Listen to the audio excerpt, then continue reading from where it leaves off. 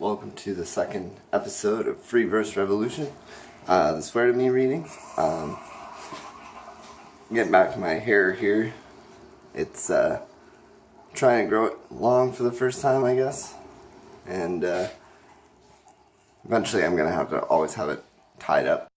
Last week, on the fly, when I was editing the first episode, I decided I was gonna name each episode after a contributor's poem and Swear to Me. I've had coffee, but I can't speak. This episode is called Bonfire, Nocturnalia, which is actually a poem by my friend Willie Watt, which I'm going to read now as soon as I find a copy of Swear to Me, which is on sale now through Amazon. Thank you to those who have continued to support and buy.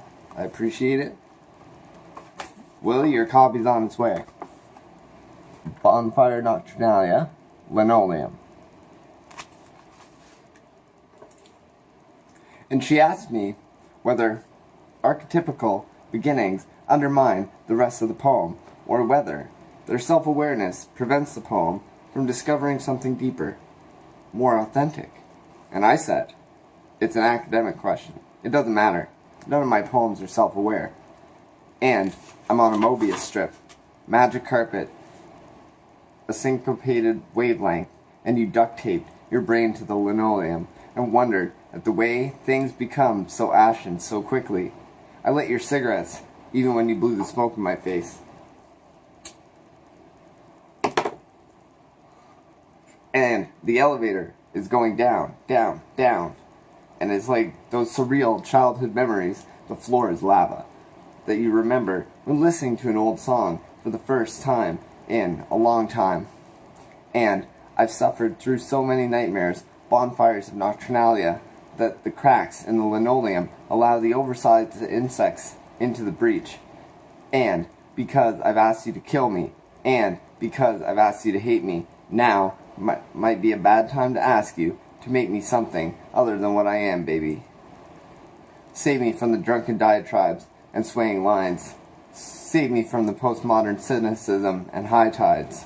It's high time we grew up and grew past these marijuana-colored skylines.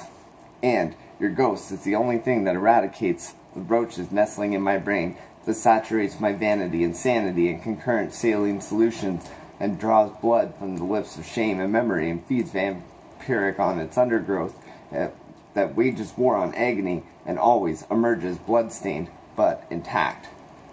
Another relapse of reason, and I can only bypass the breakdown when one of your phantoms is near, hidden in the linoleum. I showed the first one to my girlfriend, and her response was that the video was maybe a bit too long. So what I'm actually going to be doing, I think, is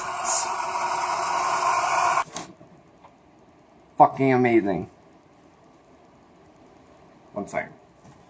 This is Symptoms of Dissociative States.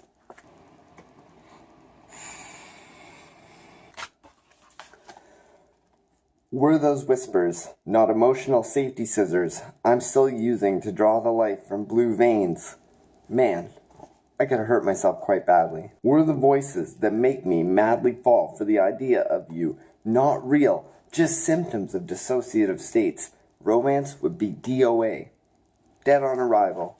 Every shade, but black and white. Gods of gray areas that threatened to carry me towards crossing lines thought I wouldn't notice laser lights, thinking me colorblind, despite there being red flags and obvious darkness. In conversations with quiet, I am the arsonist, architect of falling apart demolition down to a science. Did this monster not require a steady diet of greens? True sanity would never be so clean. I let the voices scream till all hours, every love story be soured by objectivity. Was this creature never part of the equation? I'd only be an asshole on special occasions, and I would still feed it the smoking leaves. You say you want a normal life, but you're special beyond price. A floodlight of sentiment, sponge of undeserved detriment, a testament to not quite average. You want to be everyone else simultaneously. But you're a maverick. Beautiful with a glowing asterisk beside your name. Welcome as rain on humid July days, pointing out the darkest clouds in our cloudless delusions, showing us love is not without its bruises. Yet the blackest blues of unspoken truths couldn't make me less inseparable from what makes you incredible. And what's love without some pain? You say you want a normal life. Benefits and dental, house, cars, kids, but the persona's just a rental. Materials of a badly assembled masquerade. And to what end? Taping back together broken home movies? Trying to make childhood injustice pay dividends? We are the middlemen of malaise, children of mid-history, viscerally mapped, antagonists scrapped, because evil is just a phase, and we all grew up to encapsulate misery anyway. When even anti-heroes have given up their crusades, the good in us lapsed. You are my beacon, even brighter, overcompensating madness in the maddest of ways. Okay, so I think this is the last one we'll do because apparently we did 6 last time. So this time I think there's 4, 5. Anyway, we reduced it but made it more interesting, hopefully. So,